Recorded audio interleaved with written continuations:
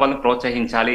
ఆర్థికంగా గానీ, గిట్టుబాటు ధర ఇయ్యడం గానీ, లేకపోతే వాళ్ళకున్న టెక్నాలజీని యుటిలైజ్ చేసుకోవడం. ఫర్ ఎగ్జాంపుల్ కొన్ని ఆహ్, కీటకాలు ఉంటాయన్న. కీటకాలు, ఈ పురుగులు పడ్డప్పుడు వాళ్ళకి ఏది యూజ్ చేయాలి? కరెక్ట్ టైంలో వీళ్ళకి తెలియక ఏంటంటే ఏదో పోతారు, కింద చిన్న షాప్‌కి పోతారు. అన్న ఇది ఆకు ముడత పడుతుంది, లేకపోతే ఈ పురుగొచ్చింది ఏం కావాలని అడుగుతారు. ప్రాపర్ నాలెడ్జ్ లేకుండా ఏదో తీసుకొచ్చి ఇక్కడ స్ప్రే చేస్తారు.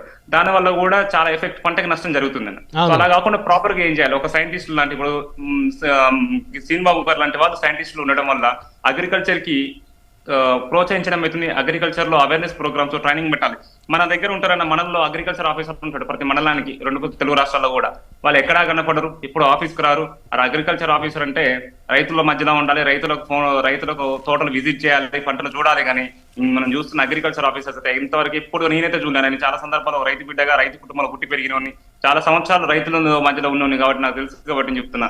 ఎప్పుడు కూడా అగ్రికల్చర్ ఆఫీసర్ ఫోన్ చేస్తే కూడా లిఫ్ట్ చేయని పరిస్థితి 2 తెలుగు రాష్ట్రాల్లో ఉందన్న. ఇక మెయిన్ గా చెప్పాలి అంటే వైఎస్ఆర్సీపీ వచ్చిన కాంచి అది రైతులను పట్టించుకునే వాళ్ళే లేరన్న. మీరు చూశారు ఆంధ్ర, మన ఇక్కడ అమరావతి రైతులు ఏ విధంగా ఇబ్బంది పడ్డారు. రైతులకు అవసరం లేదు, ఆయనకి ఎక్కడ కబ్జాలు చేద్దామో, ఎక్కడ అవినీతి చేద్దామో, ఎక్కడ దాదాలు చేద్దామో, ఎక్కడ దందాలు చేద్దాం. ఎవరైనా ప్రతిపక్షం వాళ్ళు ముందుకు వచ్చి మాట్లాడితే వాళ్ళ మీద దాడులు చేయడము, కాల్స్ చేయడము ఇదే అన్న. ఎందుకంటే వాళ్ళకు ఉన్నది ఒకటే, వాళ్ళకి నైతిక విధులు, ప్రజాస్వామ్యము ఇవన్నీ ఏమీ లేవన్నా. వాళ్ళకి ఒకటే ఎజెండా.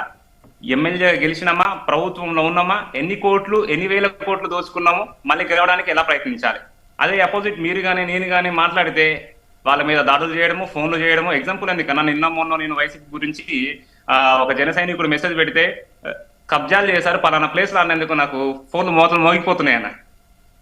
సో అలా భాష విధానం ఇవన్నీ కూడా వాళ్ళకి ఇవన్నీ ఏం అవసరం లేదన్న. డిఫరెంట్ టైప్ ఆఫ్ ఒక రకమైన పాలన.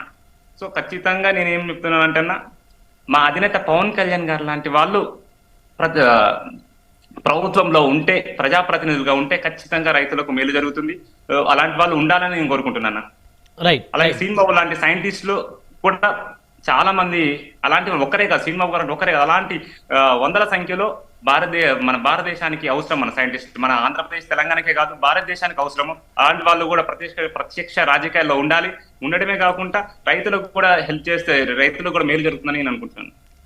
రైట్ మళ్ళీ వస్తాం మీ దగ్గర. మనతోటి ఎర్రం రాజీవ్ గారు ఉన్నారు, సీనియర్ జర్నలిస్ట్. రాజీవ్ గారు గుడ్ మార్నింగ్ అండి.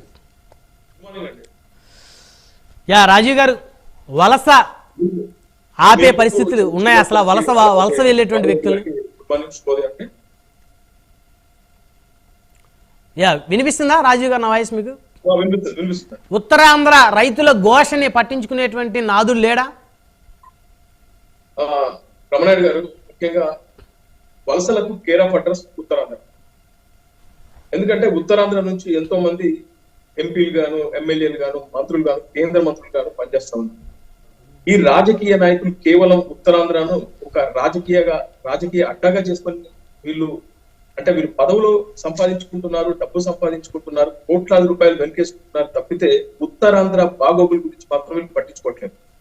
ముఖ్యంగా ఉత్తరాంధ్ర విషయానికి వస్తే ఇప్పటి వరకు లక్షల సంఖ్యలో ఈ ఉత్తరాంధ్ర వాసులు వివిధ రాష్ట్రాలకు వలసలు వెళ్తా ఉన్నారు. ఇక్కడ మత్స్యకారులు తీసుకుంటే గుజరాత్ రాష్ట్రానికి వెళ్ళి వాళ్ళు అక్కడ బతకాల్సిన పరిస్థితి. మీరు గత కరోనా టైంలో చూస్తే ఉత్తరాంధ్రకు సంబంధించినటువంటి శ్రీకాకుళం, విజయనగరం జిల్లాకు సంబంధించిన కొన్ని వేల మంది అక్కడ చిక్కుకున్నారు. ఆ టైంలో పవన్ కళ్యాణ్ గారు లాంటి వాళ్ళు చొరవ తీసుకొని వాళ్ళని వెనక్కి తీసుకొచ్చిన పరిస్థితి అది. ఇది కాకుండా ఇప్పుడు వీళ్ళు పెద్ద చదువులు చదువుకున్న, ఇక్కడ మంచి చదువులు చదువుకొని వీళ్ళు ఏం చేస్తున్నారంటే బయట రాష్ట్రాలకు వెళ్ళి హోటల్స్ లో పనిచేస్తా ఉన్నారు, భవన నిర్మాణ కార్మికులుగా పనిచేస్తా ఉన్నారు, ఇలా వాచ్మెన్ గా పనిచేస్తా ఉన్నారు. ఈ దుస్థితికి కారణం కేవలం 3 కుటుంబాలు. అక్కడ ఉత్తరాంధ్రకు సంబంధించిన 3 కుటుంబాలు ఈ ఉత్తరాంధ్రను చిన్న భిన్నం చేస్తా ఉన్నారు. ముఖ్యంగా చూస్తే విజయనగరం జిల్లాకు సంబంధించి దాదాపు 10 లక్షల విస్తీర్ణంలో ఇక్కడ పంట పొలాలు ఉన్నాయి. కానీ కేవలం 4 లక్షల ఎకరాల్లోనే ఇక్కడ సాగు జరుగుతూ ఉంది. కారణం ఏంటంటే ఇక్కడ వాళ్ళకి ఉపాధి ఉన్నా వీళ్ళని పట్టించుకునే నాదులు లేడు. ముఖ్యంగా పండిన పంటలకు గిట్టుబాటు ధర లేక వాళ్ళు ఏం చేయలేని పరిస్థితుల్లో రైతులు నిజంగా ఆత్మహత్యలు చేసుకునే పరిస్థితి. ఇక్కడ మన హైదరాబాద్ విషయానికి వస్తే అంటే శ్రీకాకుళం జిల్లా నుంచి కానీ ఇటు విజయనగరం జిల్లా నుంచి హైదరాబాద్ వచ్చి ఇక్కడ భవన నిర్మాణ కార్మికులుగా పనిచేసే వాళ్ళు వేల సంఖ్యలో ఉన్నారు, లక్షల్లో ఉన్నారు. అంటే వీళ్ళని కదిలిస్తే వాళ్ళ బాధ వర్ణనాతీతం. ఎందుకంటే ఇక్కడ ఒకటి నేను చెప్పదలుచుకునేది ఏంటంటే, ఇవాళ టాపిక్ ఏంటంటే శ్రీనుబాబు గారు. గేదెల శ్రీనిబాబు గారు అనే వ్యక్తి గతంలో మీ అందరికీ తెలుసు, జనసేన పార్టీలో చాలా క్రియాశీలకంగా పనిచేశారు. అలాగే ఆయన విశాఖపట్నం ఎంపీ అభ్యర్థిగా కూడా కన్ఫర్మ్ అయిన తర్వాత కొన్ని ఒత్తిళ్ల వల్ల ఆయన జనసేన పార్టీ నుంచి ఎగ్జిట్ అయిపోయి ఆయన వైఎస్ఆర్సీపీలో చేరారు. ఆ విషయం అందరికీ తెలుసు. సో ఇప్పుడు ఆయన రైతులకు సంబంధించి చాలా పెద్ద ఎత్తున పనిచేస్తా ఉన్నాడు. రైతు సదస్సులు నిర్వహిస్తా ఉన్నాడు. అది కాకుండా యువతను ఎప్పటికప్పుడు ఎడ్యుకేట్ చేస్తూ దాదాపు ఇప్పటి వరకు ఆయన ప్రత్యక్షంగానో పరోక్షంగానో వేల సంఖ్యలో ఉద్యోగాలు ఇచ్చారు. ఇంకా ఆయన ఆలోచన విధానం అంటే దాదాపు 10 లక్షల మందికి ఉద్యోగ కల్పన అనేది అతను మెయిన్ గా పెట్టారు. సో ప్రధాన అజెండా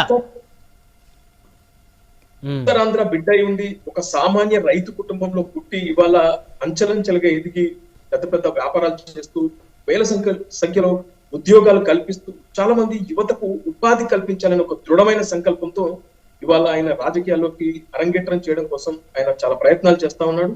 సో ఇది హర్షించదగింది. ముఖ్యంగా ఇలాంటి వాళ్ళని మనం రాజకీయాల్లోకి ఆహ్వానించాలి. ముఖ్యంగా చదువుకున్న వాళ్ళు, విద్యావంతులు ఇలా ప్రజాసేవ చేయాలి, దోచుకోవాలి, దాచుకోవాలనే నైజం లేకుండా ఏదైతే పవన్ కళ్యాణ్ గారి యాటిట్యూడ్, పవన్ కళ్యాణ్ గారి ఏదైతే నైజం ఉందో, ఆ నిజాయితీ ఉందో అలాంటివి ఖచ్చితంగా నేను గేదెల శ్రీనిబాబులో చూస్తా ఉన్నాను. ఎందుకంటే గత కొన్ని రోజుల నుంచి అలా నేను ఫాలో అవుతున్నాను. సో నాకు అనిపించేది ఏంటంటే గేదెల శ్రీనిబాబు లాంటి వ్యక్తి ఖచ్చితంగా రాజకీయాల్లో ఉండాలి. అలాంటి వ్యక్తి ఉంటే ఖచ్చితంగా ఉత్తరాంధ్రకు మంచి జరుగుతుంది అనేది నా స్ట్రాంగ్ ఒపీనియన్. రైట్. చంద్ర శ్రీనివాస్ గారు చాలా చక్కగా రాజీవ్ గారు చాలా చక్కగా చెప్పాడు. అంటే ఆయన ఆవేదన, ఆయన సీనియర్ జర్నలిస్ట్ కాబట్టి ఆయనకు అన్ని తెలుసు కాబట్టి ఎన్నో చూసుంటారు కాబట్టి. ఇక్కడ ఒకటే సార్, తరతరాలుగా బానిస